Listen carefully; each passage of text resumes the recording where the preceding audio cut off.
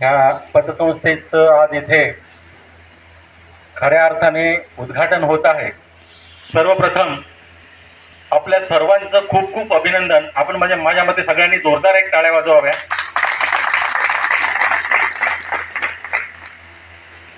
या उद्घाटन प्रसंगी कुलकर्णी साहेब, माझे मित्र भगत साहेब, गोवारी साहेब, व्यासपीठावरील सर्व मान्यवर बंधू भगिनी, पत्रकार बंधू, खरं तर आपला जो समाज आहे, आताच गोवारी साहेबांनी सांगितलं त्या पद्धतीने किंवा शैक्षणिक प्रगती नाहीये, आरोग्याची तीच अवस्था आहे। आपला समाज पुढे जायचा असेल किंवा पुढे जायचं असेल तर आर्थिक साक्षरता खूप महत्त्वाची आहे आणि ही आर्थिक साक्षरता साधायची असेल तर एक पतसंस्था उभी राहावी ह्या संकल्पनेतून मागील एक साधारणतः वर्षभरापासून ठिकठिकाणी मीटिंग्स व्हायच्या, विचार विनिमय व्हायचं।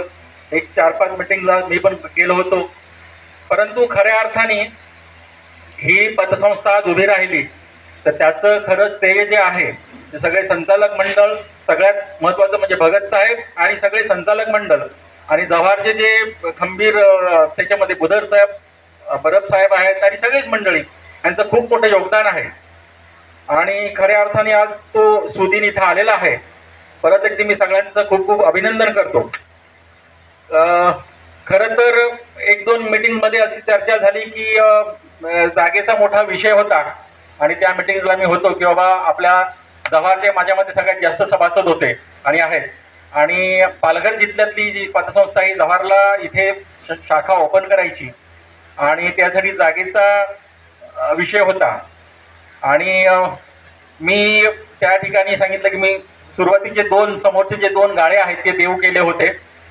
खरं तर मी आतला जो हॉल आहे तिथं छोटंसं म्हटलं हॉस्पिटल चालू करावं, कारण आपल्याला सगळ्यांना माहिती आहे की सध्या सरकारी नोकरीमध्ये आणि विशेष करून आमच्या आरोग्याच्या डिपार्टमेंटमध्ये सरकारी नोकरीचा काय भरोसा नाहीये आणि आमच्या आरोग्यामध्ये कसं असतं की 2+2 हे कधीच 4 नसतं, त्याच्यामध्ये गणित गावतो, बऱ्याच गोष्टी होतात।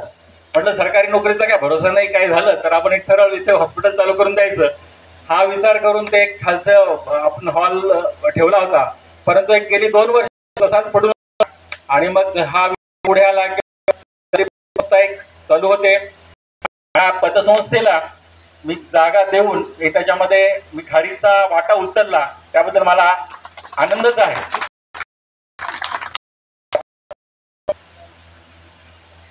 सगळ्यांनी एकत्र येऊन आपल्या समाजाला आर्थिक विकास, शैक्षणिक विकास,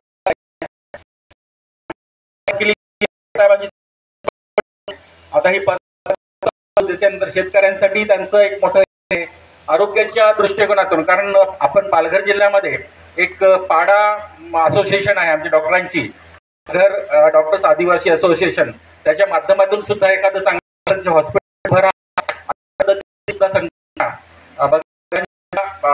मध्ये आहे।